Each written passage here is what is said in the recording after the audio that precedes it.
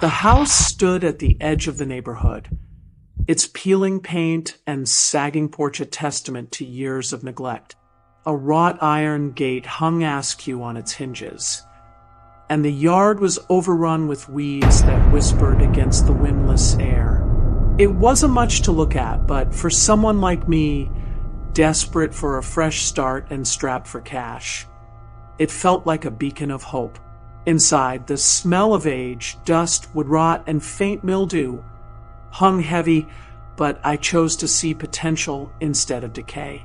The floors creaked beneath my feet, and the wallpaper curled in tired strips from the corners, revealing water-stained plaster. I could almost hear the echoes of lives lived here before, though no one had called it home in years.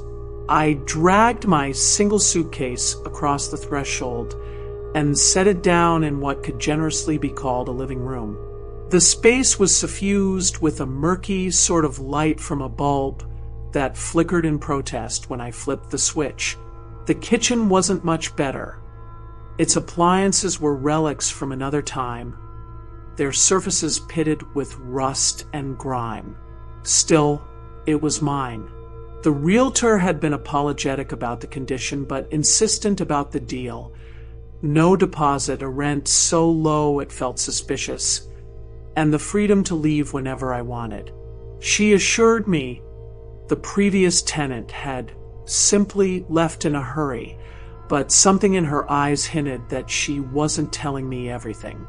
I spent the day unpacking my sparse belongings, letting the rhythm of arranging and organizing lull me into a tenuous comfort.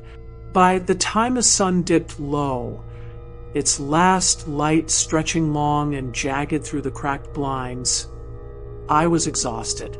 That night, the silence was oppressive. It wasn't the quiet of peace, but rather the kind that seemed to listen. The walls groaned with the house's age, each creak and pop reverberating like a hidden conversation. It wasn't until I had finally managed to fall asleep that the sound came, a low, irregular thumping, faint but persistent, like something being dragged across a hard surface. I sat bolt upright in bed, heart pounding. The noise was unmistakable, rising from beneath me, the basement. The realization hit with an inexplicable dread. The realtor hadn't mentioned anything about the basement. I barely glanced at the door in the corner of the kitchen, assuming it was just a storage space. But now, as the sound came again, louder this time, I couldn't ignore it. I told myself it was probably just the house settling or some animal that had gotten trapped, but the excuses didn't make the unease go away. Wrapping myself in my robe, I padded cautiously to the kitchen, where the door loomed darker than I remembered. My hand hovered over the doorknob, trembling. I didn't open it. Instead, I retreated to the living room and slept uneasily on the couch, with the faint hum of an old lamp for company. In the morning, I found scratches on the inside of the basement door. Long, uneven gouges ran vertically as though someone or something had been trying to get out. The scratches on the basement door had been haunting me all day. Every time I passed the kitchen, my eyes flicked to that corner, where the paint on the door was blistered and the edges warped with damp. Whatever courage I'd summoned the night before to investigate had dissipated with the morning light. I told myself it didn't matter, that I could ignore it. By afternoon, the noises started again. Not the same dragging sound, but faint, erratic tapping. Each hollow thud felt as if it was probing, testing, searching. I tried to focus on unpacking, cranking up some music to drown out my growing unease. But it didn't help. Every nerve in my body told me I needed to confront it. With a flashlight in one hand and a crowbar in the other, I finally stood in front of the basement door. The knob felt icy under my palm, its brass pitted and slick. I turned it slowly, and the door groaned open on rusted hinges. A smell rose to meet me, a sour, earthy odor that filled my lungs like a warning. The wooden stairs creaked beneath me as I descended, the beam of my flashlight slicing through the heavy darkness. Cobwebs clung to every surface, their fine threads catching in my hair and sticking to my skin like ghostly fingers. The space was cramped, the walls lined with crumbling bricks and shelves piled with forgotten relics, rusted tools, jars of indeterminate contents, and boxes sagging under their own weight. It wasn't the kind of basement where secrets waited patiently to be uncovered. It was the kind that breathed secrets into the air, suffusing every crack and crevice with unspoken dread. My flashlight's beam swept across the floor, and something caught my eye. A box tucked into the far corner, its lid askew. Inside were the usual remnants of a past life. Old clothes, yellowed papers. But beneath them, I found the journal. It was small and bound in faded red leather, the edges frayed and the pages swollen with age. Dust coated its surface, leaving streaks on my fingers as I lifted it. The name Emily was written on the first page in shaky, looping script. I climbed back upstairs, clutching the journal like a lifeline. It felt heavier than it should have, as if the weight of its contents had sunk into the fabric of its pages. Settling into the couch, I opened it and began to read. The entries started innocently enough. Childish musings about school, friends, and fleeting crushes. Emily wrote with an earnestness that made me feel like I was intruding on something sacred. But as the entries progressed, her tone shifted. She spoke of shadows in the hallways, whispers she couldn't explain, and dreams she couldn't escape. One particular entry stood out. The house feels different lately. The air tastes sour, and at night the walls seem to move. I can hear it scratching and tapping, always from below. Mom says it's just my imagination, but I know better. There's something here with me, and it doesn't want me to leave. The handwriting grew more frantic with each subsequent entry, the letters slanting and jagged, as though she'd written them in a hurry. Her fear was palpable, leaking through the pages like a cold sweat. She wrote about her parents arguing in hushed tones, about feeling watched, and finally about something or someone coming to her room at night. The last entry was short. It's coming for me. I can't stay. If you find this, please understand, I didn't choose this. It chose me. I sat frozen, my fingers trembling as I held the fragile book. The silence of the house pressed in on me, heavier than before, and I realized the sounds had stopped.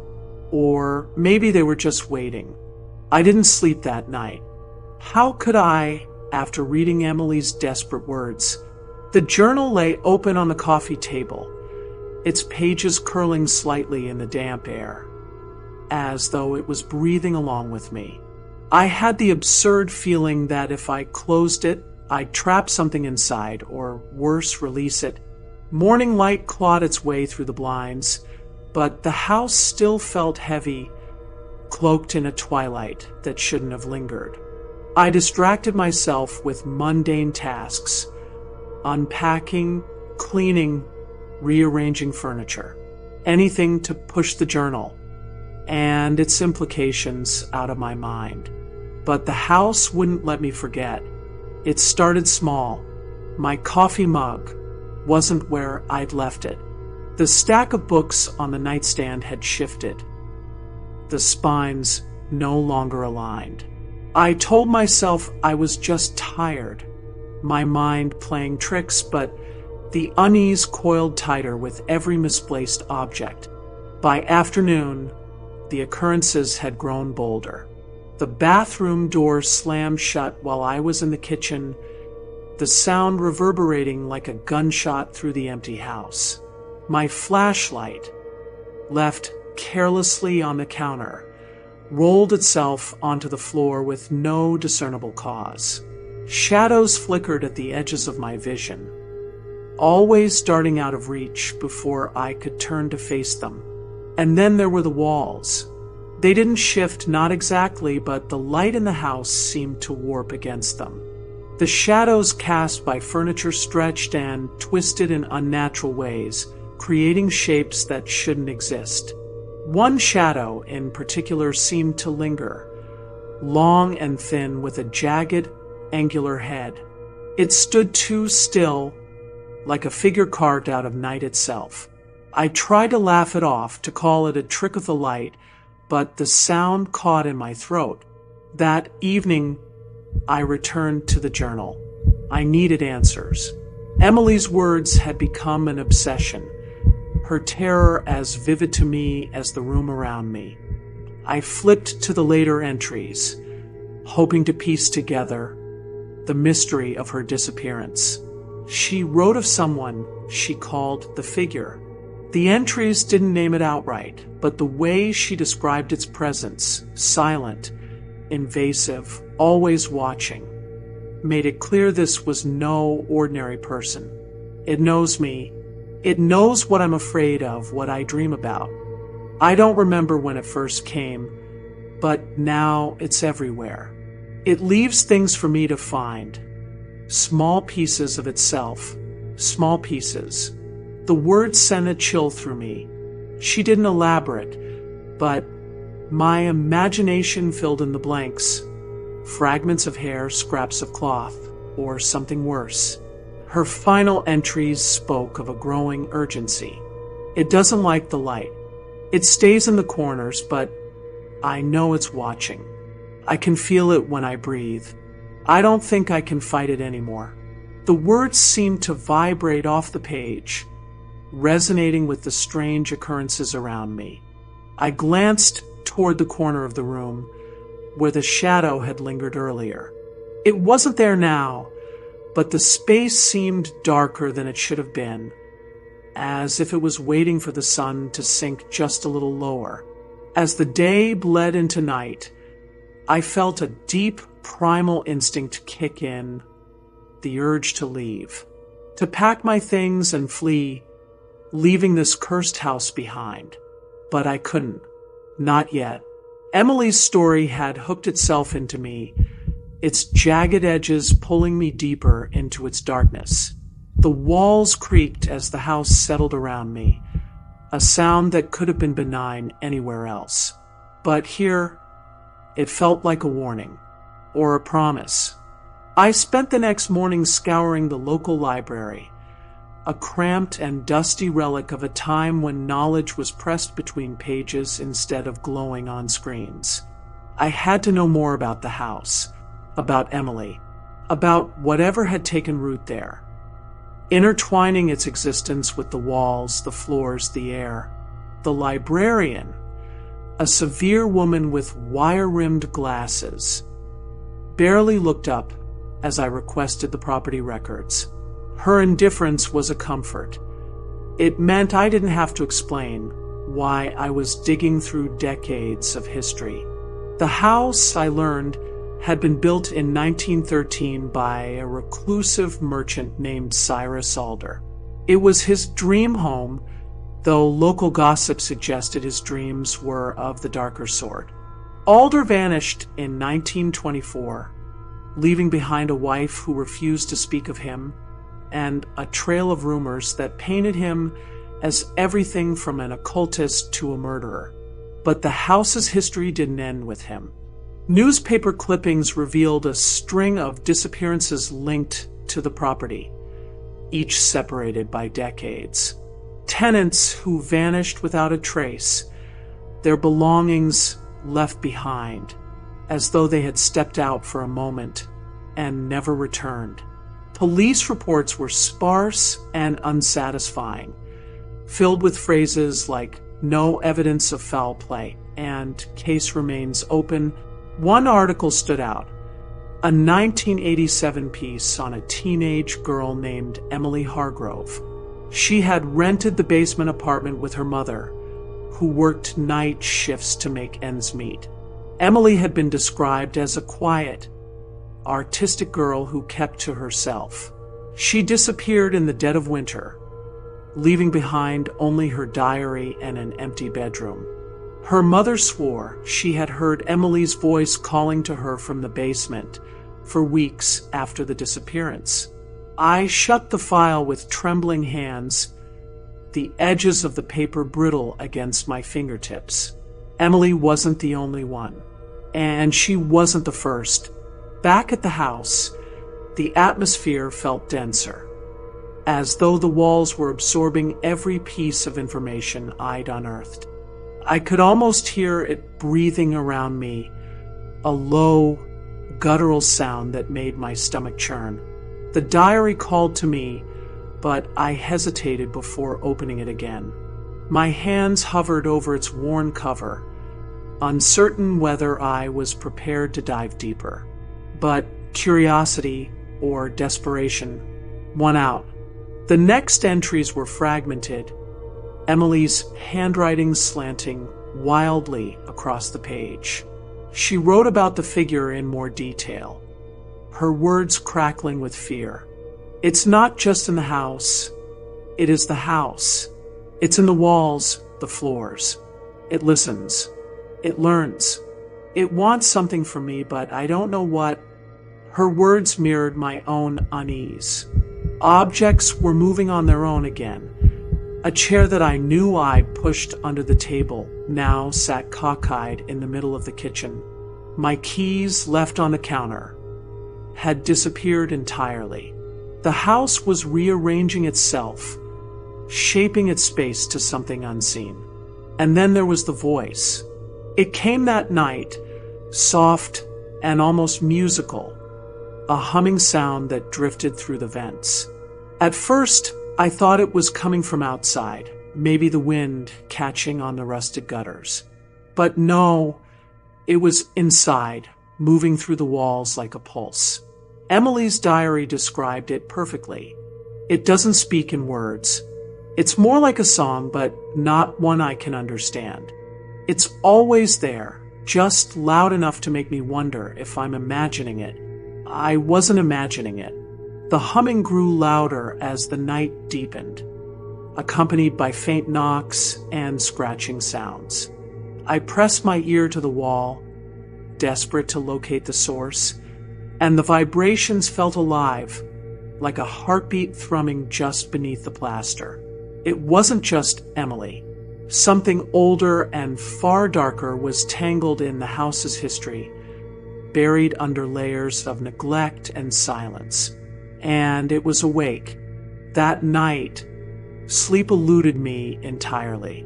The house was restless, its unease bleeding into my own skin. Every creak of the floorboards above me, every groan of the old pipes, felt deliberate, like a taunt.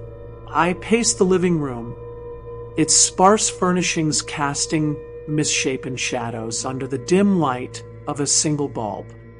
I had barely settled onto the threadbare couch when it began again. The humming. It wasn't coming from the walls this time. It was closer, as though the sound had taken form and entered the room. The melody was jagged, erratic, and unbearably human, like someone humming through clenched teeth. My chest tightened as I sat motionless, every hair on my body standing on end. The light flickered, buzzing angrily before plunging the room into darkness. Then I saw her. At first, she was just a faint outline near the far wall, a disruption in the dark. But as my eyes adjusted, her form sharpened, a slight figure with tangled hair and a hollow presence, more suggestion than substance. Emily. Her face was a pale, translucent blur, like fog over glass, but her eyes, they were deep and shadowed, as if holding centuries of despair. She hovered there, staring at me with an urgency that made my stomach twist. "Emily," I whispered, my voice a trembling thread. She didn't answer. Instead, her hand moved, a slow, deliberate gesture as she pointed toward the door to the basement. I shook my head instinctively, my body rejecting the thought of descending those stairs again. But Emily's form began to dissolve, breaking apart like smoke in a windless room. Her desperation was palpable, her silhouette trembling as she raised her hand again, pointing insistently. I wanted to scream at her, to demand answers, but my throat felt paralyzed. She let out a sound, a fractured sigh, barely audible, but devastatingly mournful, and vanished completely, leaving me alone with the weight of her plea.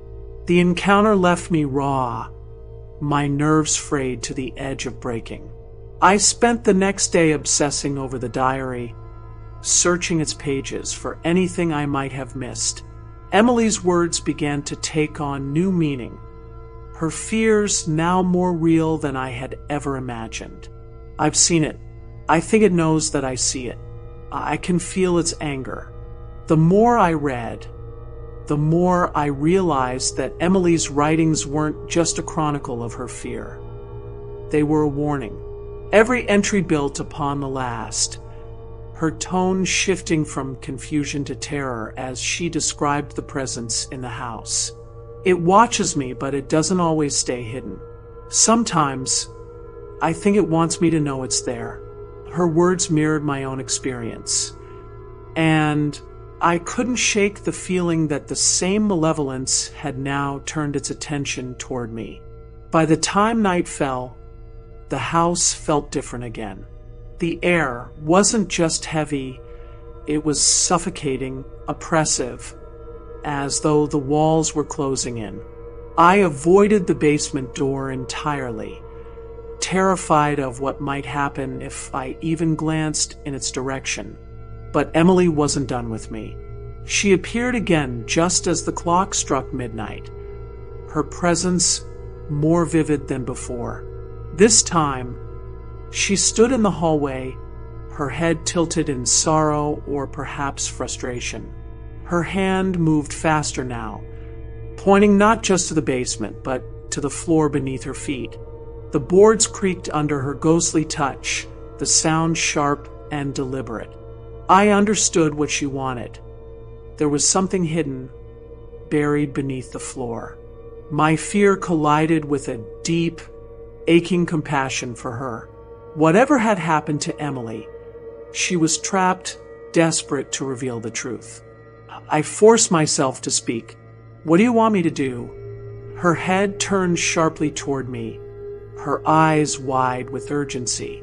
She opened her mouth, but no sound came out. Instead, her form flickered violently like an old film strip on the verge of tearing. And then she was gone. I was alone again, but not truly alone. The house was still alive with its unseen presence, its malignant energy pressing down on me with the weight of an ancient grudge. Emily had shown me the path, but the decision to follow it would be mine alone. That night, I dreamed in fragments, jagged, disjointed images that didn't feel like my own. A face, pale and gaunt, screaming silently. Shadows slipping through narrow spaces. A hand reaching toward me, its fingers impossibly long, curling with intent. I woke gasping, the air in the room dense with the residue of the dream. My body ached, as though I had been dragged through those visions physically. My hands trembled as I clutched the edge of the bed, sweat cooling on my skin. The basement door loomed in my mind like a demand, an inevitability. I hadn't been back since finding the diary, but now the pull was undeniable. Emily's desperation lingered in my thoughts, her flickering form etched into my memory. I knew I wouldn't find peace until I descended those stairs again. The air grew heavier with every step down the basement stairs. The wood groaned beneath my weight, the sound sharp and accusing in the silence. The faint light from my phone barely pierced the darkness, casting thin, quivering beams onto the walls. They were bare at first glance, just the cracked concrete and peeling paint I remembered. But as I moved further in, something began to emerge, marks faint and scattered, as if someone had tried to scrub them away but had failed. Closer inspection revealed crude carvings, scratches jagged and desperate, spiraling into nonsensical patterns. Among them were symbols I didn't recognize, shapes that twisted unnaturally, their edges sharp like broken glass. A chill ran through me as I noticed the walls weren't the only things marked. In the far corner, half buried under crumpled cardboard boxes and old tools, were objects that didn't belong. A child's shoe, its once bright laces now faded and frayed. A cracked picture frame with no photo inside. A ribbon stained and tied into a loose knot. My heart hammered in my chest as I knelt to examine them. These weren't forgotten remnants of a family who had moved on. They were trophies, remnants of lives that had been shattered here. The air in the basement pressed against me, dense and unrelenting. As I stepped back from the patch of wall where the scratches seemed deeper and the symbols more deliberate, a suffocating sense of being watched crept over me. It wasn't Emily. It was something else, something older, hungrier. I staggered back up the stairs, my knees trembling as though the house itself were trying to keep me below. When I reached the kitchen, I doubled over the counter, gulping for air. My mind was aflame with questions. What could have etched those marks with such precision, yet such frenzy? And why did they feel more like warnings than remnants? I threw myself into research, desperate to make sense of the spiraling nightmare. Old newspaper archives, local forums, even whispered rumors on neglected websites painted a chilling picture. In the 1980s, Hollow Haven, the town I now called home, was a place of whispered fears. The name The Hollowed Circle appeared in my search. It was a local group shrouded in mystery, accused of everything from strange rituals to disappearances. They operated on the fringes of society, their activities always veiled in ambiguity, their members blending into the background of small-town life. But there was something specific that caught my breath. An article about 3 girls reported missing over the course of 2 years. One of them was Emily. Her photo, black and white and slightly blurred, stared back at me. I recognized the long, dark hair, the nervous smile that had haunted my dreams. The article was short, clipped, and unsatisfying. It mentioned that the police had no leads and that local gossip pointed toward the Hollowed Circle, though no charges were ever filed. Rumors and superstition, the article dismissed. But the tone was hollow, as if the writer themselves doubted the truth of those words. That night, the house shifted. The oppressive energy became suffocating, thick and crawling, seeping into every corner. I felt it most keenly in the basement. Even with the door closed, I could hear a low hum emanating from below, like an engine running just beneath my hearing. Shadows moved in the corners of my vision, but when I turned to look, Nothing was there. Emily's diary seemed to burn in my hands as I flipped through it again, searching for clarity. There, in her jagged, fearful script, she wrote of being watched, her words spiraling into incoherence as she described a figure she could never quite see but always felt. It hides behind them, she had scrawled in one of the final entries.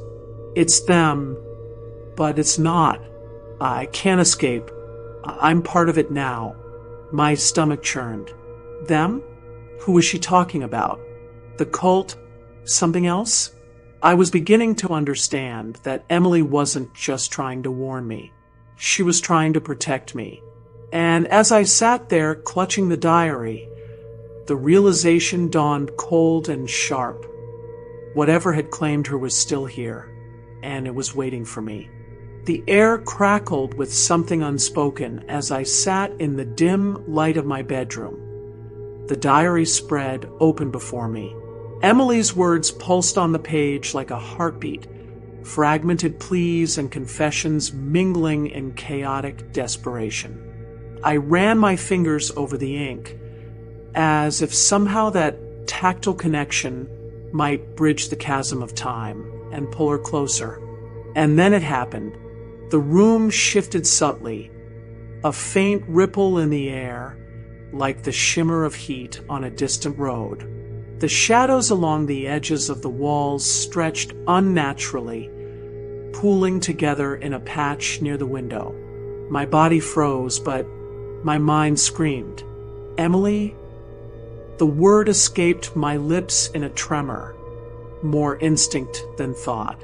She emerged slowly, a translucent figure, her edges soft and blurred, as though she were half forgotten even by the space around her. Her eyes, wide and brimming with anguish, locked onto mine. There was no malevolence in her presence, only a sadness so profound it felt like drowning. I don't understand, I whispered, my voice breaking. What do you want from me? Her gaze dropped to the diary, and she raised an arm, pointing with trembling fingers toward the basement. The gesture wasn't sharp or demanding. It was weary, as if whatever strength she had left was slipping away. I nodded, my fear overtaken by something I couldn't name, maybe resolve, maybe insanity. You want me to go back down there? She didn't nod, didn't move, but the air around me thickened with a sense of urgency. I felt her intention as surely as if she had spoken. I'll go, I said, but you have to help me. I can't do this alone. Her form flickered, like a candle on the verge of being extinguished, but then the faintest glimmer of light, soft and silvery, shimmered where her chest would have been. A whisper of warmth brushed against my cheek, and I understood. She was agreeing. The basement was darker than I remembered, though I had turned on every light I could find. Emily's presence lingered just behind me, a constant, fragile pressure that urged me forward even as every rational part of my mind screamed to turn back. Show me, I murmured, clutching the diary like a talisman. The air grew oppressive as I reached the far corner of the basement. Emily's form hovered faintly near the wall, her translucent hand pressing against the bricks.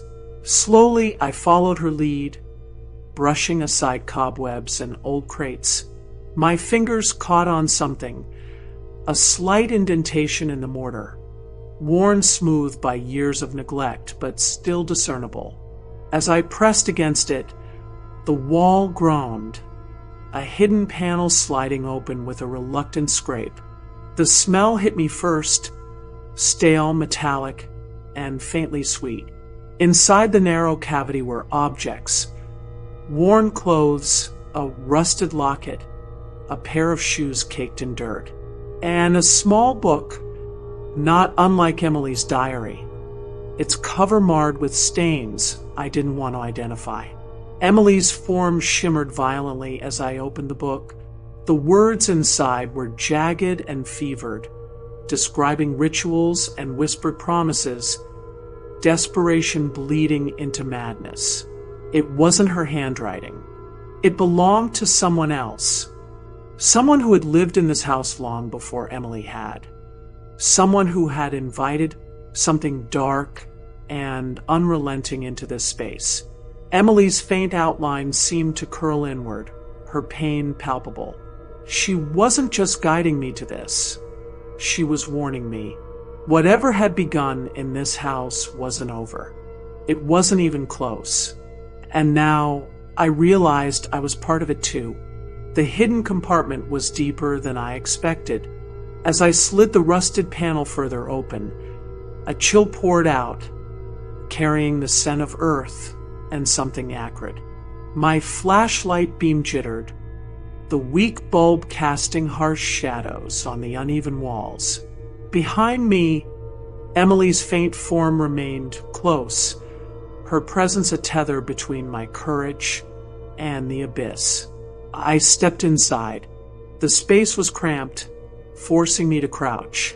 Shelves lined the walls, their surfaces burdened with objects that radiated a sickening sense of wrongness. Melted candles stuck to old brass holders, scraps of paper covered in cryptic symbols, and jars filled with substances that shimmered faintly in the dim light. At the center of the room, a crude altar stood. It was a slab of stone, its surface etched with jagged carvings that overlapped in a frenzied, chaotic pattern.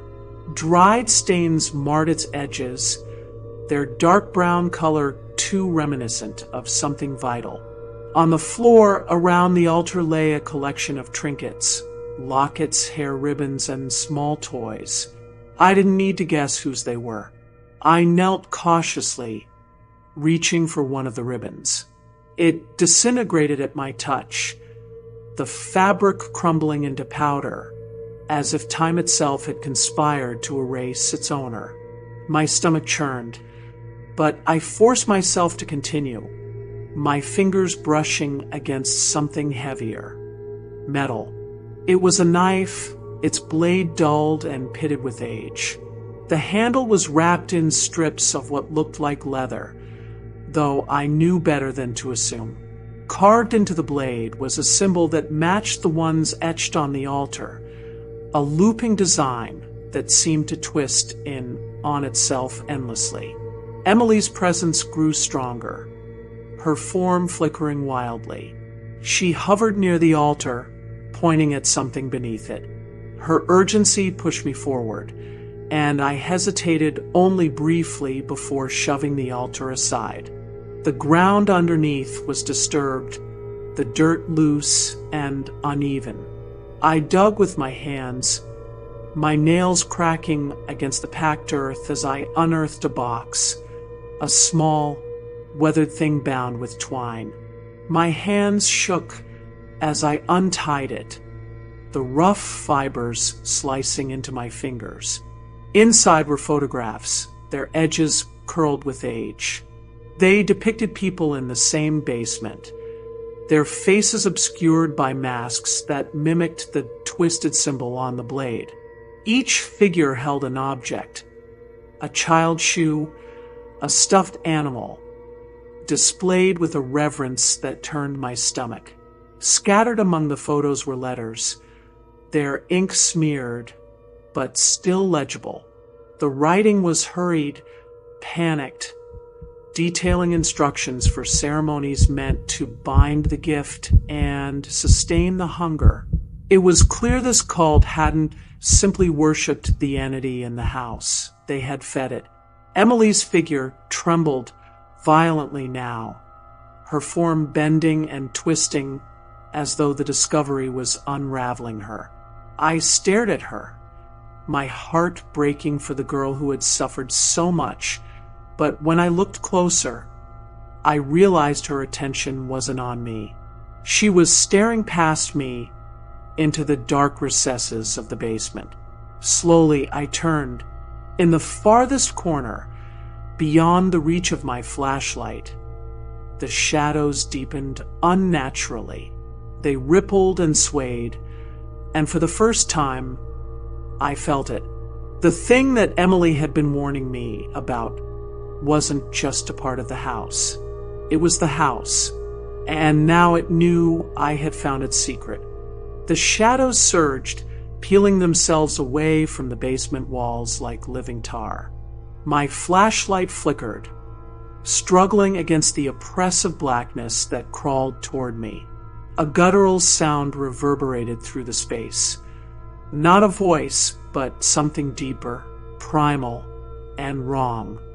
I scrambled backward, clutching the knife I'd found, though I knew instinctively it was useless. The air felt thick, as if the darkness was solidifying around me, choking off my breath. Emily's form appeared beside me, faint and flickering like a dying flame. She reached out, her spectral hand brushing against my arm, and though her touch carried no warmth, I felt an overwhelming sense of urgency. Her face, usually soft with sorrow, was now etched with terror. She pointed furiously at the diary I had tucked under my arm, then gestured toward the altar. "What do you want me to do?" I gasped, my voice trembling. Emily didn't speak, but her gestures grew frantic, her translucent fingers miming destruction, tearing, burning, obliterating. I looked down at the diary, its worn leather cover now seeming to pulse faintly in the dim light.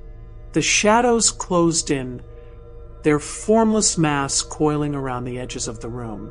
Objects rattled on the shelves, jars bursting with wet pops that sprayed the air with foul-smelling liquid. Then it came. From the darkness, a shape began to emerge. Not solid, but shifting, amorphous, as if it couldn't decide what it wanted to be. Tendrils of blackness reached out, brushing against the walls, leaving scorch marks in their wake. It lunged. I ducked, barely avoiding a tendril that slammed into the ground where I had been. The impact sent a shockwave through the room, and dust rained from the ceiling.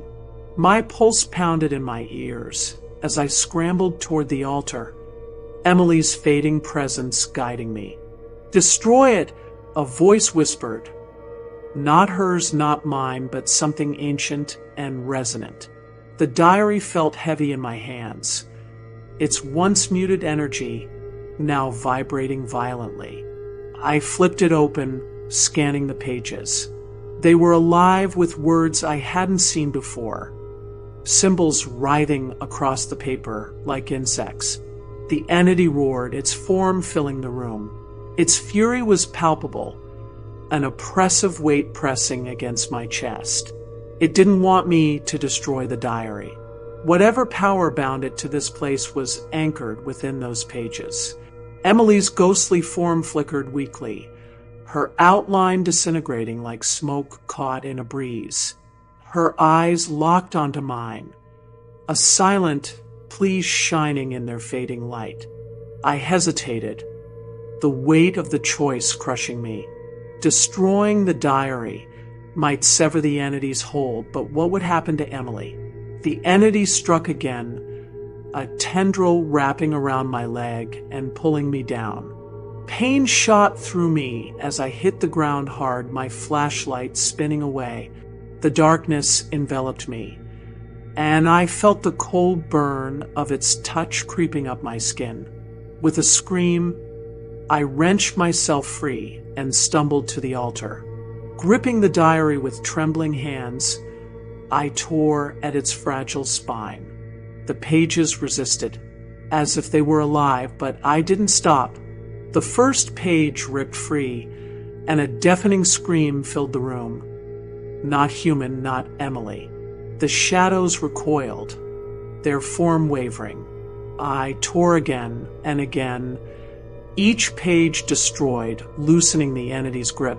Emily's ghost appeared one last time, her form barely a whisper of light. She smiled, a faint, heartbreaking expression of gratitude, and then dissolved completely. The shadows let out one final, shuddering roar before collapsing inward, spiraling into the cracks of the walls and floor. The room fell silent, the oppressive weight lifting as though the air had been sucked clean. I stood alone in the now empty basement, clutching the shredded remains of the diary. Emily was gone, and so was the entity. But as I looked around the ruined space, I couldn't help but feel that whatever had haunted this house wasn't entirely finished with me yet.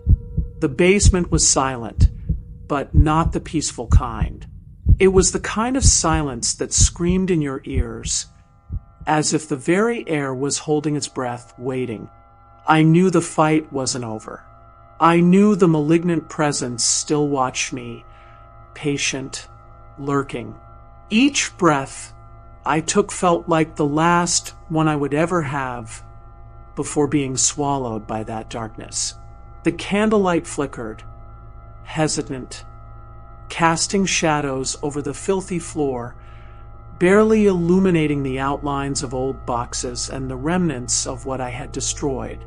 The altar was now bare, but the symbols Emily had drawn on the walls remained, scorched into the very stone as if the house's blood had been spilled upon them. Emily, her figure still burned in my memory, her face fading with each passing second, like a dying star.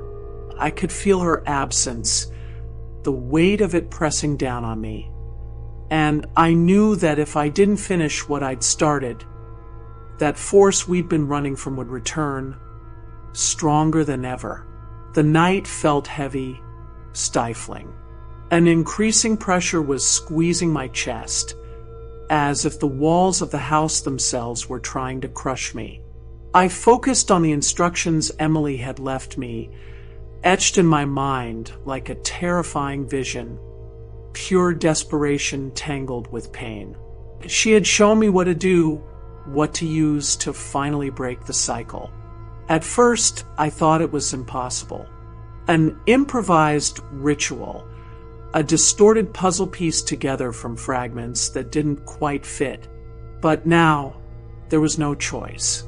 I knew what was at stake. I gathered the items Emily had indicated: dirt from the garden, a strand of hair found between the pages of the torn diary, a shard of broken glass, the candle. The rest was instinct, a dark instinct pulling me toward the altar. Something told me I couldn't stop now. I don't know what I expected after the blast of energy in the basement, after the ritual had torn the air apart and left it hanging in fragments, heavy with the remnants of something dark and unfinished. But what I didn't expect, what I couldn't have expected, was the silence that followed. It wasn't a peaceful silence, though. It was one of finality, the kind of quiet that carries the weight of something irreversibly changed. The house seemed to inhale deeply, as if waking from a nightmare. The oppressive air that had once pressed against my chest began to ease. For the first time, the house felt lighter, almost like the walls were no longer holding something back, like the floorboards had released the tension that had been squeezing the life out of them. I stood there in the ruins of the basement, the remnants of the ritual scattered at my feet, the glass shards, the candle, the dirt, the broken diary. I felt an odd relief, something that spread outward from my chest, warm and almost tender, but I didn't have time to savor it. Then I saw her, Emily, not as a fading, broken figure, but solid, standing in the same spot where I had seen her so many times before. Her face, pale and illuminated by the last flickers of candlelight, was different now. She was smiling. It wasn't the tight, strained expression I had seen before.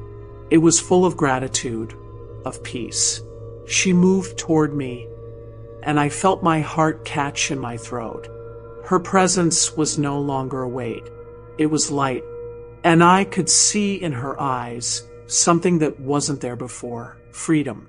She reached out a hand toward me, and then with a graceful gesture, pointed toward the stairs leading up from the basement. It was a signal clear as day. Go. I wanted to speak, to ask her so many things, but words failed me. The connection between us had already transcended them. With her gaze still on mine, Emily began to fade, the light surrounding her growing brighter until she was nothing but a beacon of pure radiance. I blinked, and she was gone. A sense of finality lingered in the space she had left behind, a sense of closure. The air was cleaner now, devoid of the oppressive weight that had clung to every corner of the house. Days passed, but the change stayed with me. The house felt different. The haunting had ceased, not with an abruptness that could be explained, but with a gradual, undeniable release. The walls no longer felt as though they were holding their breath, nor did I. I had done what I came to do. Emily was free. The house was no longer hers to haunt, but I couldn't let go of the diary. It wasn't just a memento of Emily's suffering. It was a reminder of what had happened here, of the dark force that had once ruled this house. I knew I couldn't leave it behind, not in a house that was now empty of its torment, but filled with a quiet warning. So I took it to the local museum, along with the other items from the basement, the shards of glass, the fragments of what had been. Everything was carefully cataloged. I made sure to leave a note, a warning for anyone who might come across these relics, that there were forces in this world beyond understanding, and that not all histories should be uncovered. But somewhere deep inside, I knew that Emily's story wasn't over. She had been freed, and so had I. We were both free to go, but there was a quiet bond between us now, one that would linger in the shadows of my mind for as long as I lived.